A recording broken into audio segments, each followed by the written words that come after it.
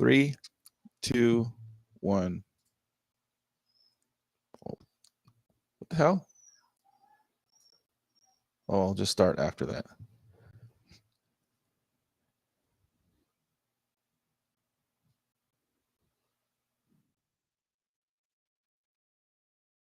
That's the first time I've ever heard our intro before we start. And now I just feel like we've been put down by that surly British announcer. Yeah. I had my self-esteem dropped like 2 notches. I don't know how many notches it has, but it's 2 less than it had before. That's okay, Mondo. We'll build ourselves back up as we answer some of Reddit's most important questions. And then we're going to get into The Last of Us episode 3, which it was a banger. It was a banger. It went deep. Ask Reddit. Innuendo abounds. Let's go. Ask Reddit. Ask Reddit question number 1. If you could go back in time for a day to witness a historic event, which would you choose? I want to see the day or night when Jesus was conceived. Dude, what?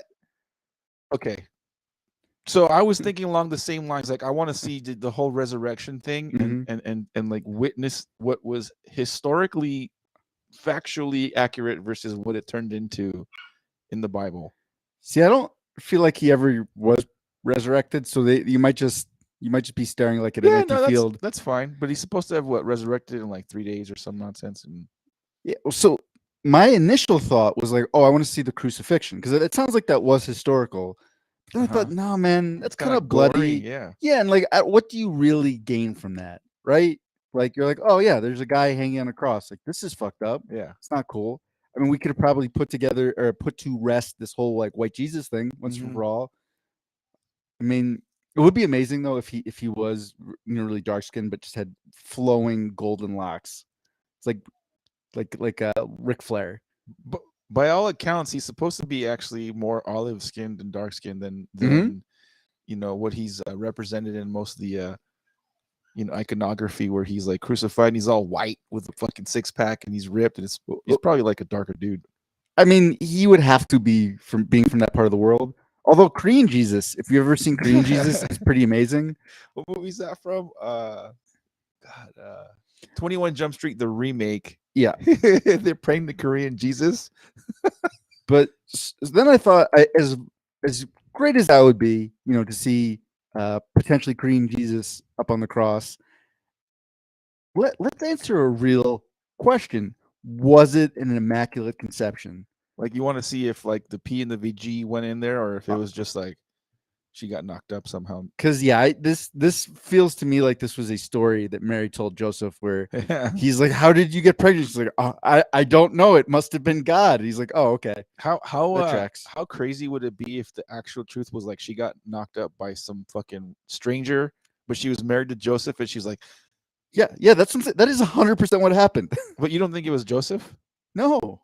You think Jesus is someone else's son? Or the only other option is either she cheated on Joseph and said it was immaculate, and he was like super religious and triply gullible, or Joseph's pullout game was super weak. Yeah. And she's just like, Joseph, don't come inside me. Like, we can't afford a baby, and not in this economy.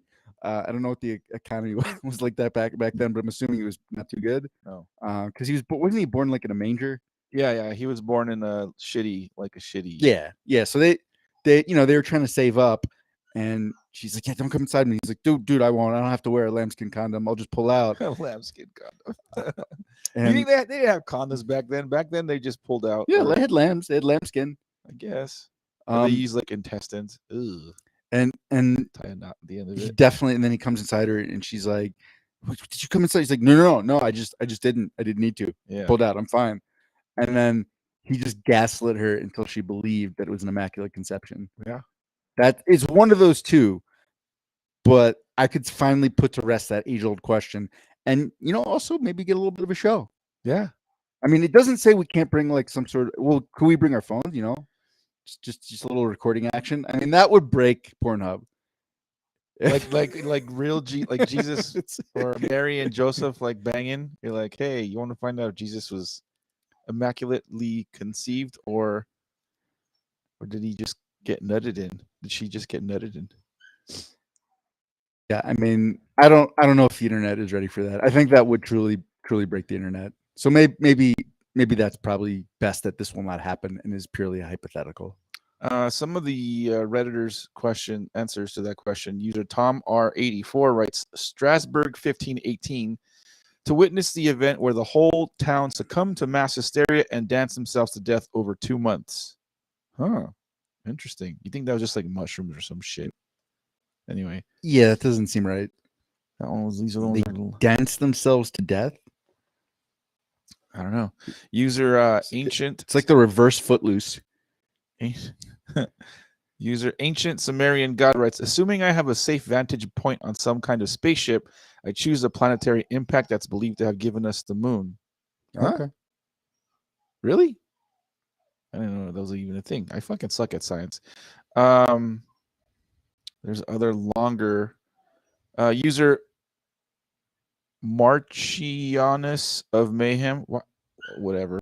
I'd like to see Tenochtitlan before the Spanish destroyed it, i.e., the temples. And yeah, that would be dope. that'd be pretty cool. I've been to that site. It's pretty sweet to be there, even after. You'd see the pyramids, see if the aliens actually built it. Yeah. Last one I'll read for that question. User Pumpkin Striker 23 writes Diogenes telling Alexander the Great to step out of his sunlight. I don't know what that is. I don't know what that is. I do think it's funny that because at the time when they were building the pyramids, the Jews were slaves, and people find it so far fetched that the Jews could be that good at manual labor that they're like, nah, it has to be extraterrestrials from another planet. There's no way. No way. They would have just been complaining all the time. They're not very big. It had to be aliens. Hey, what is this? You're paying me with beer? This is bullshit. Hey, I don't know. That was horrible. It wasn't too bad. Yeah. You know what? I mean, I think that's right in line with some of my better accents, which isn't really saying that much, but okay. All right, thanks. Don't put yourself down. Yeah, appreciate that. Just commit. You just got to commit, Mondo. I wish I actually knew more. I think when I was a kid, I used to be better at accents or maybe that was in my mind. Anyway, that was it for Reddit question number 1. Reddit question number 2. Without saying what the category is, what are your top 5? That's a good question, but you want to answer that one? You go first. God, we actually talked. Did we talk about this in the podcast? Our top 5 zombie movies. We talked about our top 5 road trip movies last time. Okay. Anyway, we might have talked about top 5 zombie movies. I don't know. I couldn't tell you necessarily like the order. Well, no, we talked about top 5 like zombie genre, whatever, but we didn't talk about movies. But I'd have to say, movies or entertainment otherwise. Do you think The Last of Us is already broken? I think we did talk about that. I think The Last of Us, if you want to categorize it as a zombie type, might have snuck in so far in the top 5, but other than that, Walking Dead, Shaun of the Dead, 28 Days Later. I kind of like World War Z because it was like the closest to real, like a realistic, I guess, except for the fact that the zombies ran a million miles per hour. But I guess those are my top 5 zombie related entertainment thingies. That is a good list. I feel like you failed the assignment though. Why? Read the question without saying the cat. Whoa, I wasn't supposed to say what the category is. Yeah. Whatever. Fuck it. You could have figured it out anyways.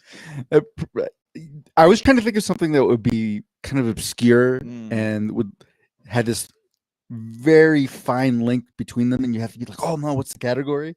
And then I thought, that's way too hard. Yeah. I'm also just going to do movies, but it might not be as immediately obvious, but it's pretty obvious. Okay. Being John Malkovich. Okay. Hot Tub Time Machine. Uh-huh. Gross Point Blank. Say Anything. High Fidelity. Is John Malkovich in all those? He is not. He's in 2 of those, right? I think just Being John Malkovich. What was the second one you said? Gross Point Blank. Oh no, I could have sworn there was another one you mentioned that had John Malkovich. It might, but the only one that I know is Being John Malkovich. So they're top 5 movies? They're not my top 5 movies of all time, of all movies. That's a specific category of movies. I can't guess the category. Am I supposed to guess the category, Maybe. or can you just tell me the I category? can just tell you. Okay. Or no, we can just. The rest of the podcast is Mondo just being like, "Is it movies with hot tubs?" I'm like, "Well, no, that's just Hot Tub Time Machine." John Cusack is in 2 of those. Yes, you said Malkovich. I think you said Malkovich. Maybe you said Cusack, and I heard Malkovich. No, I said Malkovich. But it's John Cusack. Okay, is he in all those? He's in all those. Okay, so movies with John Cusack is the category. I got excited because for a second I was like, "No, I swear you said Malkovich." No, I did. But yeah, John Cusack plays Lloyd Dobler in Say Anything, who basically invents MMA. If you recall, I don't think I've seen kickboxing, that. the sport of the I don't- future. I think I've seen that one. Oh, I love that's my favorite of all the John Hughes movies. That's my favorite, and of probably all the John Cusack movies. Huh. It's a lot of sort of there's like a John Bermuda Triangle of movies here. But like the John Hughes, like I think 16 Candles, Candles, Breakfast Club. exactly. Yeah, Say Anything is probably my favorite of all of those. I think it also holds up really well. Gross Point Blank, he plays an assassin. It's like an assassin action comedy. I know I've seen it, but I can't remember much of that one. Being John Malkovich, you can't really forget if you've seen it. I forgot he was in that. He's the puppet master. I forgot. Hot Tub Time Machine. That's probably I like that movie. That movie. John Cusack did not seem like he even wanted to be there. Yeah, He's just like, I'm in a fucking movie called Hot Tub Time Machine. What has my life come to? my favorite's Rob Corddry in that movie. Yeah, it was the other actors really carried it. But then High Fidelity. That's why I was like, I have to do it because if you recall in High Fidelity, he plays the owner of a record store and he's constantly making top 5 lists, like top 5 songs to cry to, top 5 songs to listen to after a breakup, top 5 songs to listen to while you're watching Joseph impregnate Mary with Jesus. What song would you want to play in the background if you were to witness that? What song would be playing in the background? Hallelujah. Would it be Hallelujah? And then we roll right into Ain't No Mountain High Enough. I would have thought like some Barry White shit, some sexy time music. Maybe the theme track from The Lion King. It would be a lot better if they could hear it. They're just like, what the fuck? What is happening? It's God. That's actually what happened. It was a time traveler. They were playing the theme song from The Lion King, and they thought they were like, this is clearly a sign from God. It's an immaculate conception. We've sorted out this mystery, I think. So yeah, those were my top 5 John Cusack movies. Some of the Redditors' answers to that question. User Space G writes, at the moment, OP has earned 637,000 upvotes from comments on this post. Yeah, I'm unemployed and have all the time in the world to count comment upvotes from OP's profile. I don't know what that is. I don't what? Anyway, user Cortexifan subject 81 writes Lavernica, Duquesne, Brutalitops, Mar, Bing Bong. What? All right. Like these are like, again, they didn't tell us the category, so you're looking at them like, what the fuck? What are you referring to? Unless you actually know. User Pandu Bear writes, and he lists 5 dates. The first one is February 28th, 1969. Another one is August 27th, 1972. Another one's November 27th, 1973. Blah blah blah blah blah. Yeah, I don't know what those. I actually do know what that one is, by the way. That's referencing an episode of Community where Lavernica, it's Duquesne, Brutalitops, Bing Bong. That was the D&D episode of Community, and those I don't know why the fuck that was their top 5, but yeah, those were the names that Abed gave all the characters. So it was a strange reference to a very specific episode of a sitcom called Community. Thanks, Cortexifan subject 81. Dumb shit. Last one I'll read. User Luna Owns writes, chicken wings, mozzarella sticks, hamburgers, French fries, chicken tenders. Is it just like like shitty like food like Dude, food shack food. Dude, I think you're bearing the lead on this. So the original poster replied to a lot of these comments. Uh-huh. So like, and he's assigning his own version of what the category is. So somebody wrote Kansas City, Denver, Chicago, Oklahoma City, Wichita, and the original poster wrote top 5 places that make you think, maybe this meth stuff is worth trying. Yeah, that Seth Cassius OP guy like responds to all of them. Or most of them, from what I'm looking at. Somebody else wrote blind, deaf, missing limbs, old, returned. Top 5 descriptors for residents of Florida. Anyhow, that was it for Ask Reddit question number 2, and that was it for Ask Reddit. We are now moving on to our final segment of Binge or Purge, where we got about 45 minutes if we wanted to. Yeah, to talk about The Last of Us episode 3. Yeah, Aaron. let's take our time. Let's just kind of slide our way in there. We don't have to go in quick and hard. We can make it easy. So, do you want to just kind of go over the plot first before breaking down individual stuff, or how do you want to do this? This is what I want to do. Okay. I'm going to give a very, very quick recap. Sure. And then I've got some questions for you. Sure. So the quick recap. This is episode 3. This is a little bit of what is called a bottleneck episode. Yeah. Right, where the main plot doesn't move forward too much. We get some very brief Joel and Ellie scenes. We see Ellie might be a psychopath, and then it very quickly gets into a extremely long. Like what we get is Brokeback Zombie, the love story between two Gaiman. Yeah, Gaiman. A couple of Gaiman. One Gaiman played by Nick Offerman, and the other Gaiman played by, I forget the actor's name, but I think he was in the first season of White Lotus. I don't know that actor. I didn't recognize that actor at all. But basically, it is a long, sort of unfurling love story that takes place over years and years as these two grow old. I think if together. I remember, it was like 18 years or 14 years or something like that. It was over a decade for sure. Yeah. Not exactly what I was expecting. No, not at all.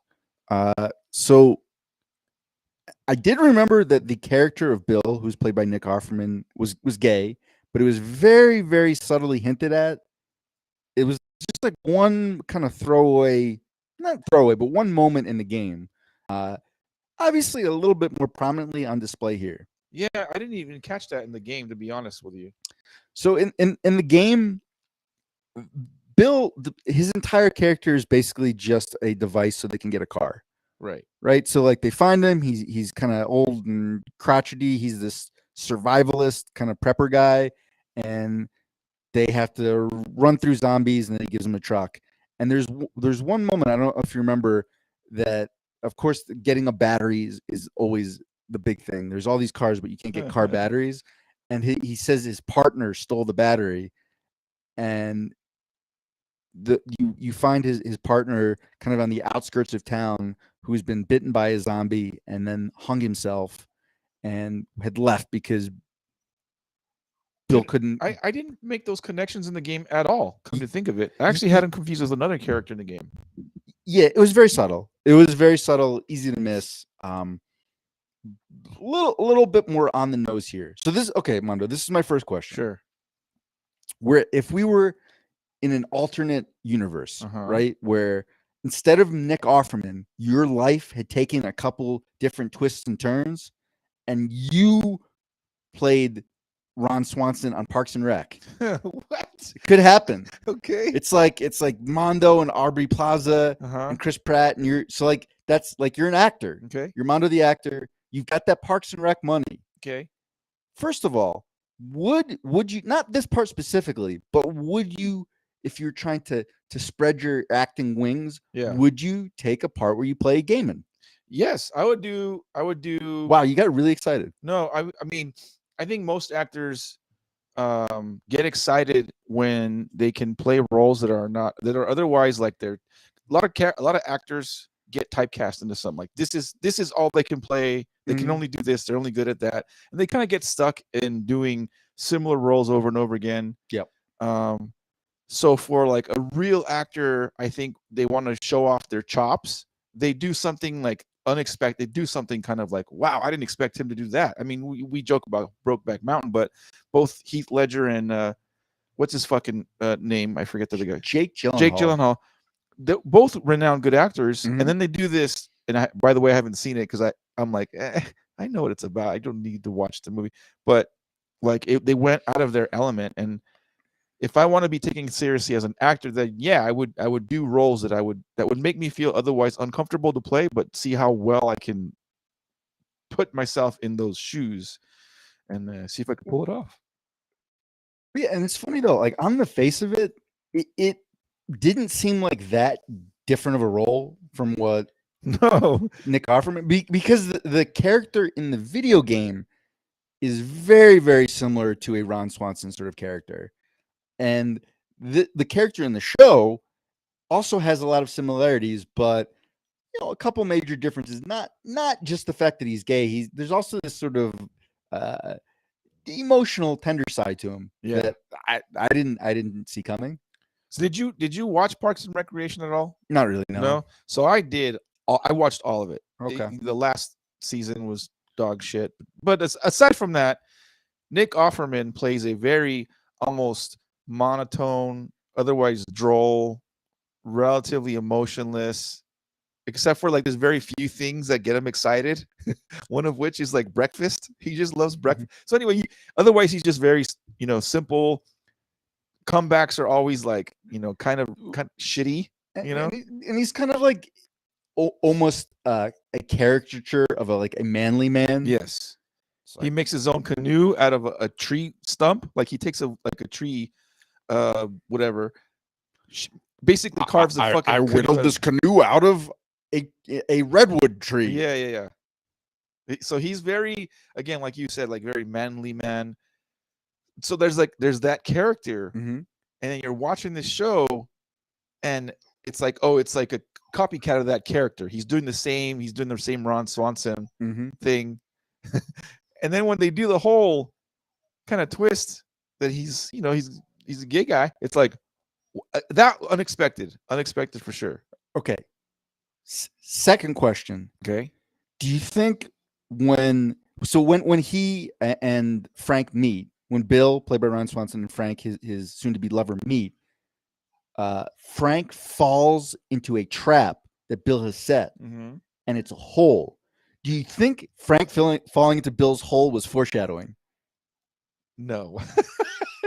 No. No. Maybe I don't think that they would do that, but like as a plot device, but whatever. It was an anal sex joke. Just you don't have to overanalyze. Yeah. Okay, second question. That's the third question. It'll be your third question. That last one doesn't really count. Okay. But on a more serious note, if so, Mondo, the actor of Parks and Rec fame, is looking to branch out. We've established you would play a game, and would this be a role you would take? This specific role, is this the one to really spread your acting wings? If I could pull off what Bill or Nick Offerman did, then yeah, because there was his character had ranges. It wasn't just one, like it wasn't just this guy. There's a lot of things about that character that were like, wow, that's character's got depth. Like there's a lot of things going on with him that and we only scratch the surface in this episode. We only see what the show wants us to see, but there's like more. You can tell there's a lot more to that character that they didn't have time to explain. But good shit. Well, so we can go sequentially if you want, or out of order. It's fine. But so what were the things that you thought made this episode really work? What was good about it? What was good about it was that he was already like this doomsday prepper for whatever reasons. He was already a doomsday prepper. So when the army started rounding people up, he was like, fuck this. He knew, like, something clicked in his mind, like, now I'm prepared now. Like, I'm prepared for what's about to happen. That they pulled that off really well. Yeah, well, and just to be clear, if you, I guess at this point, if you haven't seen the episode, you should probably stop listening. Yeah. But if you're not recalling, There is an early scene where they're showing the sort of evacuation of their town, of Nick Offerman's town, that in the show is supposed to be 10 miles west of Boston. I'm like, there's not a town this small 10 miles west of Boston. You're tripping, Last of Us, but that's okay. But anyhow, they're evacuating the town, and what they're really doing is just taking all the people to be shot in mass graves, Right. because they don't have anywhere to take them and they don't want them to get infected. And the sort of optimistic, I have faith in humanity person would be like, no, of course the army's not going to just mass execute us. The woman with the baby, that was kind of hard. That was kind of hard to see that part. But yeah, a conspiracy theory doomsday prepper is going to be like, oh no, Yeah, I don't trust you motherfuckers. And he's just watching them through his security cameras that he's got all around his property. he's got a bunker built in, like hidden underneath like a bookcase that moves or something. Like that was weird. But underneath he's got like fucking multiple TV cameras, multiple angles. Would you say like 100 guns? 100 are like he's got a lot of guns, pistols, rifles, fucking all kinds of shit. He's got a like crazy uncle living in Montana level of guns. Yeah, like just full on arsenal, which I don't remember in the show if they go down there, like, because that is something that's kind of funny. Like in the game, there's always this struggle to find ammo. mm-hmm. You can never have enough guns. You're always short on resources. But I'm like, damn, if they get in Bill's bunker, You got everything. It's like Frank got in Bill's bunker. I'm gonna go to the well on that as many times as I can. Sorry, apologize in advance. But yeah, they would just have like infinite ammo for the rest of the show. So I don't really know how they're gonna resolve that. This perhaps was not a high point of the episode, but I could have watched a montage of Nick Offerman like prepping his compound for the apocalypse just for 2 hours. Yeah.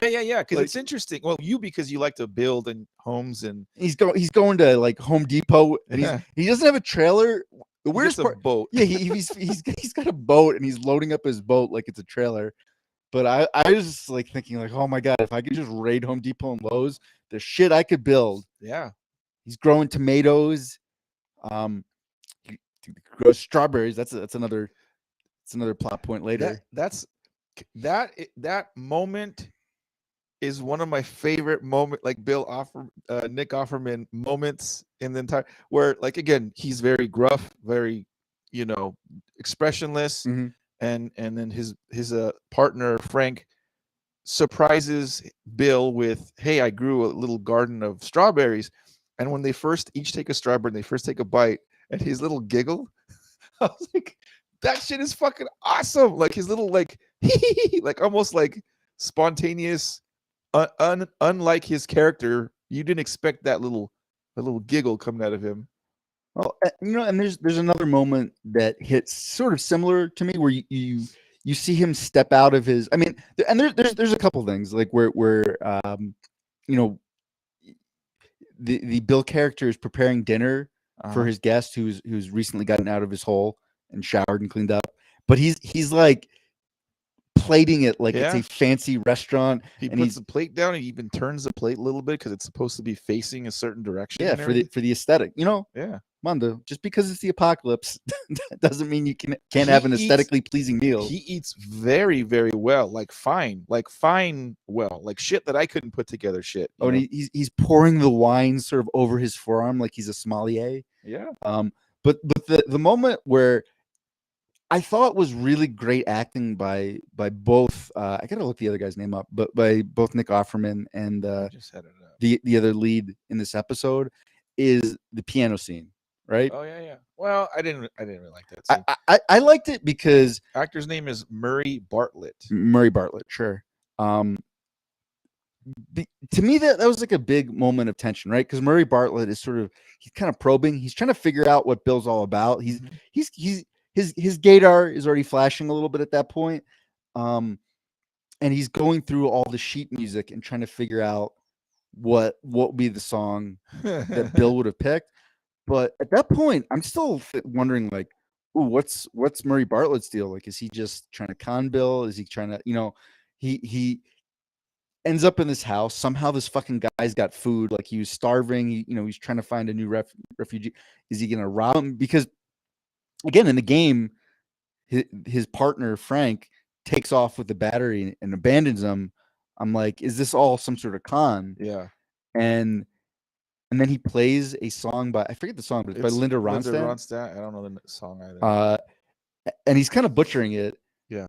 And then you can see, I just thought it was like a really strong acting performance in that moment by Nick Offerman, because you could see like him get like physically upset. Yeah. By Like, that song doing it wrong, motherfucker.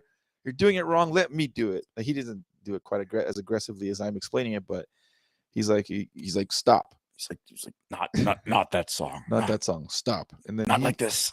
Yeah. And then Nick Offerman plays a very tender and beautiful cover of Linda Ronstadt song. I'm like, holy shit, I didn't see that coming. Yeah.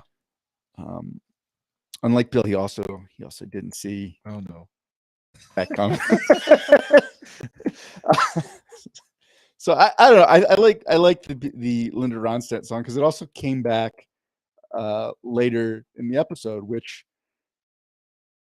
these are too easy. I came back. I'm just gonna pass on that one. But you know what? I have to just recall a great Parks and Recs outtake, because if you've never seen this, please just go check this out for yourself. But there's an outtake with Chris Pratt where like Amy Poehler is up at the podium, and she's like, yeah, this is like one of the great comeback stories of all time, like Seabiscuit.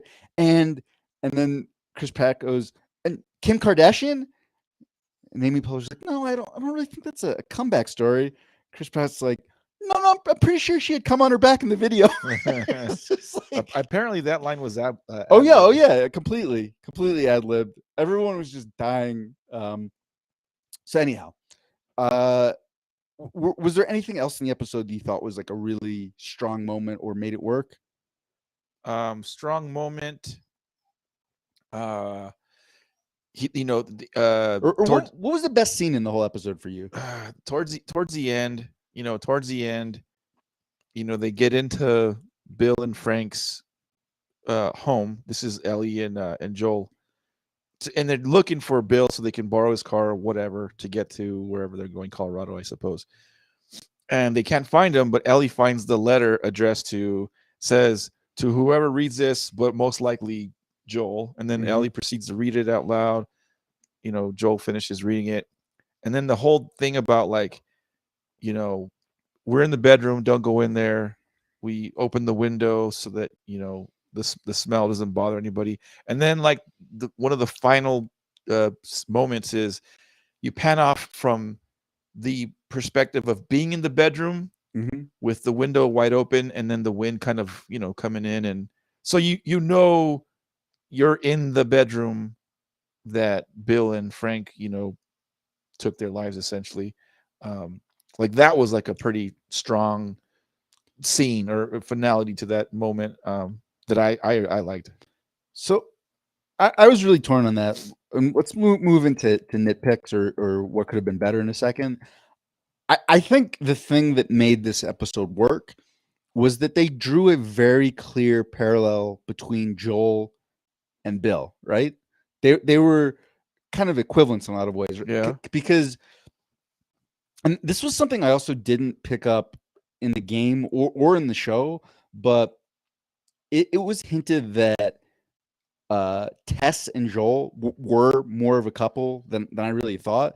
In the game, I kind of just thought they were partners. Yeah. And there was one line though earlier in the show where I don't remember, it was after she was bitten, but she said something effective. She's like, I never asked you to feel the way that I did, or something like that. And in light of this episode, what I think that means was she loved Joel, and he just didn't really love her back. He was still just so closed off and emotionally dead that them as a couple never really worked. And you kind of see that same dynamic with Bill and Frank, right? Where Bill's just worried about surviving and getting from one day to the next. He's worried about his electrified fence and his traps and all that sort of stuff. And Frank, there's like one moment where Frank is like wants to like clean up their street. Yeah, he wants to redo like 2 or 3 of the businesses there. He wants to like He wants a boutique shop. He wants to paint things and make it look more, he doesn't want it to look shabby. He wants it to look more taken care of. And yeah, Bill's like, why the fuck would you do this? Like this has no practical purpose. Yeah. And and Frank's trying to live his life, man. He's trying to make a home in the apocalypse. Yeah. And you kind of see that with Tess, right? Like the reason why Joel and Tess and Bill and Frank connect is because Frank and Tess find each other over the shortwave and they're talking, and you kind of even see those two go off. Yep. And then just the staring contest between Bill and Frank, Bill and Joel. Sorry, yes, Bill and Joel, who just don't like each other, which makes perfect sense. It's that whole like, when you've got two same charge magnets, they're just gonna repel, kind of like that deal because they're too similar. And you had that dynamic in the game as well, but it was like Frank was what Joel could become, just alone, people abandoning them, just worrying about survival, nothing else. Whereas the show kind of deviated, and it's like, look, Joel, there's more to live for. Yeah. So I thought that parallel really made it work. And I wish we had gotten more scenes with particularly Joel and Bill together. Because that was a kind of a fun dynamic. Yeah. I thought. I was so immersed in the show that when they had that scene where the 4 of them are having, would you say is like lunch or maybe dinner, early dinner? I think it was brunch. Because it was the day he was out. Well, anyway. Yeah, but I heard that Bill really loves breakfast.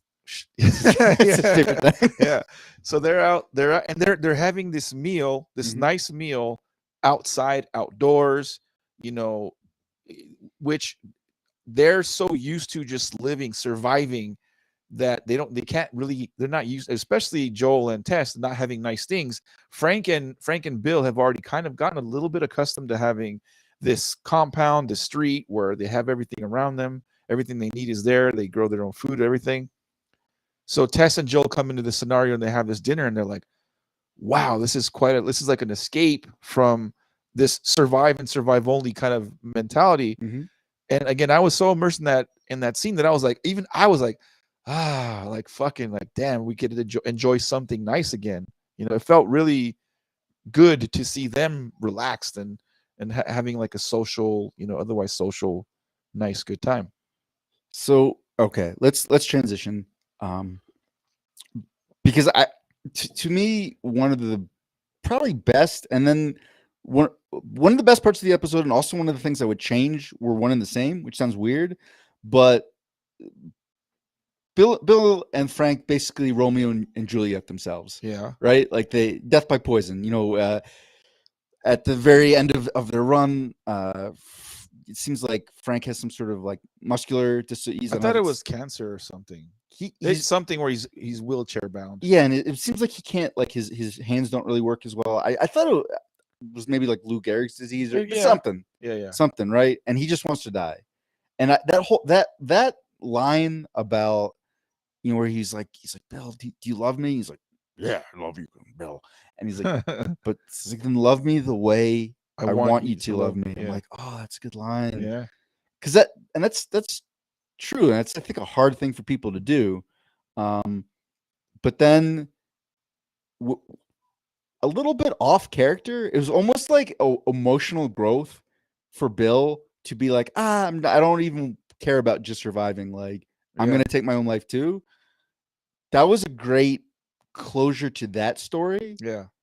But I think it made Joel and Ellie's story worse. I think it would have been better for Joel and Ellie's story and the show as a whole if Bill did not kill himself and he was there to deliver that message to Joel in person. I think that would have been a lot more powerful. I don't know. I like the way they pulled it off. Again, we have a little. I mean, Bill also liked the way they pulled it off. That's why he let Frank stick around for 20 years. What did Bill say?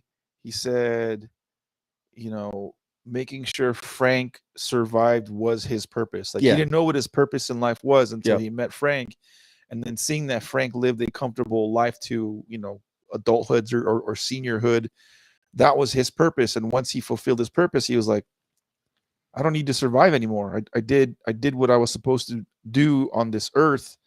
And Frank suggested, hey, I want to have a bottle of wine, a glass of wine, and I want you to take this baggie of fucking all these pills, crush them up, put them into my glass of wine so I could chug it and then just die in my sleep. And Bill's just like sneakily puts enough in the bottle that he pours so that way when they're both drinking it and they both succumb to the poisons of all these medicines. Oh, I thought it was pretty good. I thought it was so first of all, where did they that was just an absurd amount of pills. Yeah. Well, they got them from Joel. Joel's their resource for all the pills and medicine, the stuff that Frank and Bill don't already have in their little compound. They've been using Joel to smuggle other random shit that they could use.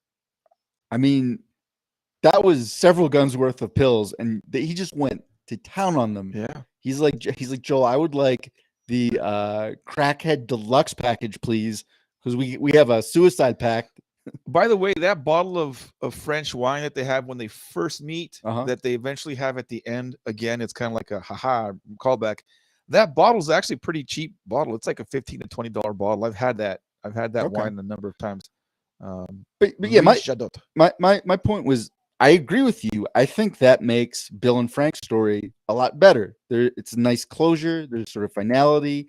It shows, in a weird way, the fact that he killed himself shows emotional growth on Bill's side, because before all he was worried about was surviving and himself. Exactly. And yeah, now he's learned to live for another person. Yeah. When that other person's gone, he doesn't have to live anymore. But I do think it makes Joel and Ellie's story worser. Because I don't know if you recall, like Bill and Ellie interacting in the game were some of the funniest fucking moments in the whole game. Yeah. Like they were just oil and water, just cranky old man and firecracker kid just antagonizing him. Who is this? Why'd you let her here? Blah, blah, blah, blah. Like he was pissed at Joel for bringing this little girl around.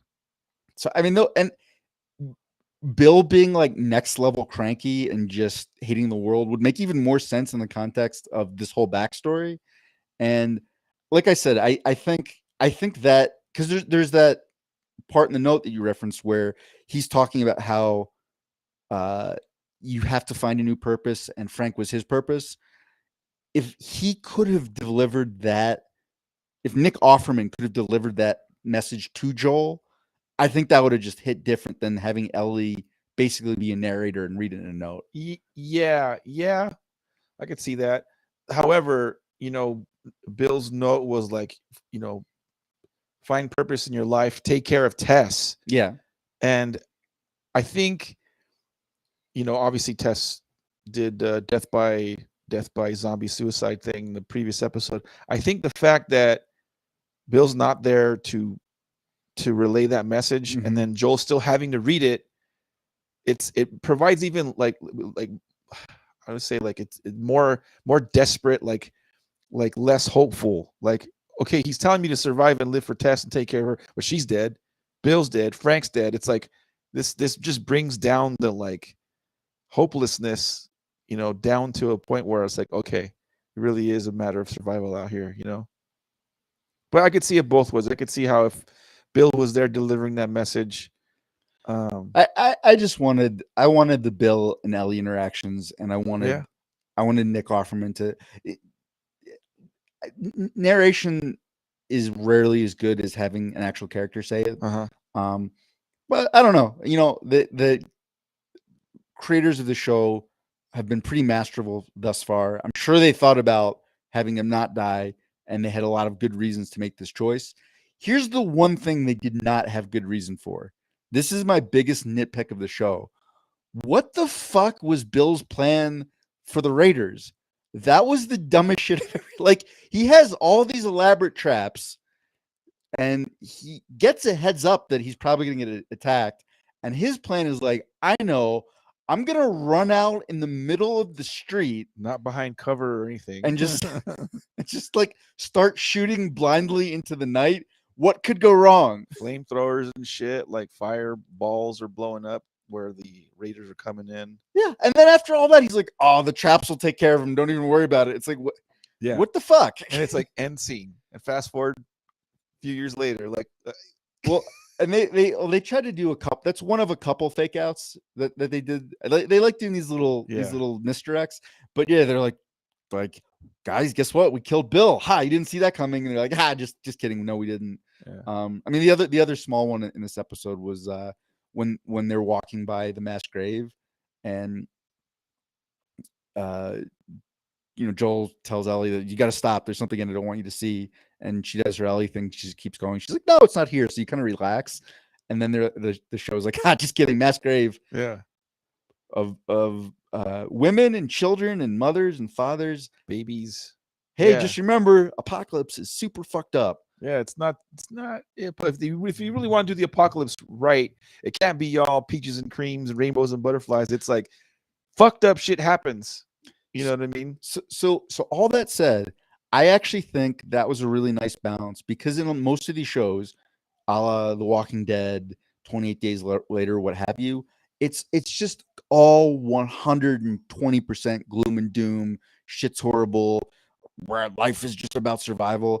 And in this episode, we got two bears feeding each other strawberries. Like, this was actually a relatively very soft and tender episode. So I'm all about equality and gender and gay, all that shit. Like, do you whatever makes you happy. Mm-hmm. There's only been one other scene that where it's otherwise not heterosexual, mm-hmm. that I say is as powerful as what Bill and Frank, or Nick Offerman, and what was his other guy's name is? Something. Yeah, Murray. I forgot it already. That's okay. Murray and Bartlett. Nick pulled off. The only other scene that would have otherwise kind of got some people to cringe was Sons of Anarchy. What's the actor's name? He's a very renowned actor. Oh, let me find it right here on IMDb. Let me find it. Here we go. There's a character named. Oh, come on. There's a character named Tig, played by Kim Coates, who's this scruff, tough biker guy. Mm-hmm. And he ends up falling in love with a transsexual, formerly dude, now a woman, played by. Where is it? Anyway, played by a fantastic actor. I'll find it here in a second. Guys, if you want the bonus episode of this podcast, you can listen to Mondo just looking up people on IMDb, 2.5 hours long. And it's just Mondo being like, guys, wait a second. Hold on. Who's that actor? And it's just, you're going to find out very slowly and tediously who every actor on every show was, as Mondo looks them up. It's called Mondo Looks Up Things on IMDb. You should check it out. It's a companion podcast to the Degenerates Clubhouse. God, I can't find it. Anyway, whatever. I can't find. There's in Sons of Anarchy. Oh, Walton Goggins. There it is. Walton Goggins.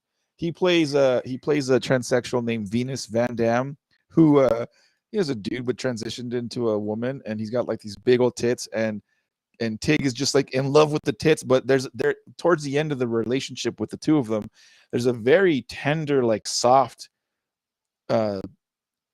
professing the love to each other scene that I was like, holy fuck, this is some fucking next level acting shit, because they both pulled it off beautifully. You felt for them and everything. The only other, again, non-hetero scene of love being displayed was that one, Sons of Anarchy, and this one. So it's right up there. It's like very powerful scene. Well, I also think they went just the right amount of actual like depiction of like sex acts between them. There's little smoochies and because there was when they initially hook up and Frank explains he's not a whore. I was like, well, Frank, a little bit, a little bit, buddy. You just met him, bro. You're going down on him. Yeah, you're trying to justify this. Yeah. But there is one moment where I'm like, fuck, like Last of Us is a pretty graphic show. Like, how far are they going to go with this? And it was just the right amount. Yeah. And Nick Offerman looked so appropriately uncomfortable. You're like, dang, this does look like the first time he's had sex. This is believable. Holy crap. But the whole point, though, separate from that, I just think it was just nice to remember that even in the midst of the apocalypse, like there's like people and relationships, and Yeah. it's not just all gloom and doom. And in a lot of ways, this episode actually kind of made me think of another show we reviewed called Station 11. There were some similarities, right? Where you're getting kind of the human element, not just the survival element. Yeah. Nice to see that. So all that said, kind of a strange episode. It was supposed to be a little bit of a bummer episode, but at the same time, it also has this little hopeful element to it. You know. Yeah, and I think really at the end of the day, it was more hopeful than a bummer. Yeah. And definitely more intriguing than them just running away from zombies trying to get a car battery. Yeah. Because we had enough of that. And I think just also pacing wise, it was really important that they slowed things down a little bit, because next episode will be a banger. The one that comes out tonight. I guess the episode, it'll already be out by the time this podcast is posted. Sure. But it will be a banger, not in the Bill and Frank sort of banger way. It will be a banger in action. Ellie gets her gun and pops off kind of way. Nice. We are 52 minutes into the episode. Was there other stuff you want to talk about? So far, Last of Us is up there. Eric said it. Sarah said it best. The only other show that's been decent enough this last year was probably Andor. So so far so good. I really enjoy it. You know what sucks though is I do wish there was more of Bill. Like selfishly, I wish we could see more of Bill, because Nick just does such a good job in it that I wouldn't have minded seeing him for another episode, or maybe plot twist again. Aaron, you reference how like they like to do a lot of psych outs. Maybe that's it. Maybe Bill didn't commit suicide. Maybe he didn't poison the bottle. The assumption is he put enough poison in the bottle to kill both of them, right? But what if he didn't poison the bottle, but he just poisoned the glass that what's his name was drinking, that Frank was drinking, and he just drinks the wine, puts him in bed. I mean, you don't know. Maybe he survives. Maybe he's alive. Sure. Whatever helps you sleep at night, Mondo. I'm just saying, I really like Nick Offerman.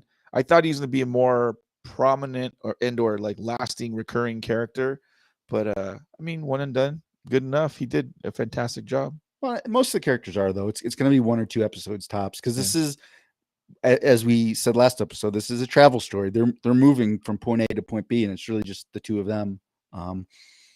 But yeah, I am looking forward to watching episode, what is this, 4 tonight? Yeah. Anything else going on? No, sorry, Bob. Nothing notable in Armando's life, except for my dog sheds a fucking lot, and even after brushing her, I still find not shit, but fur everywhere. Fucking dog drives me nuts. She chewed through my goddamn phone charger, and I had to go buy some more at Five Below yesterday, little bitch. Anyway, she's due on her cycle is due any day now, any fucking day now. I'm waiting for it so I can go through it. I bought her diapers so she could fucking not bleed everywhere, and then once she's done with the cycle, get her fixed so she can hang out with Finn more, and I won't have the worry of I don't want to be a grandpa. No thanks. But yeah, anyway. I don't think that's like physically possible anymore, because Finn at the ripe old age of 7 finally got neutered. Got his little snippy snip. But no, nothing else new, nothing going. Well, so that's it.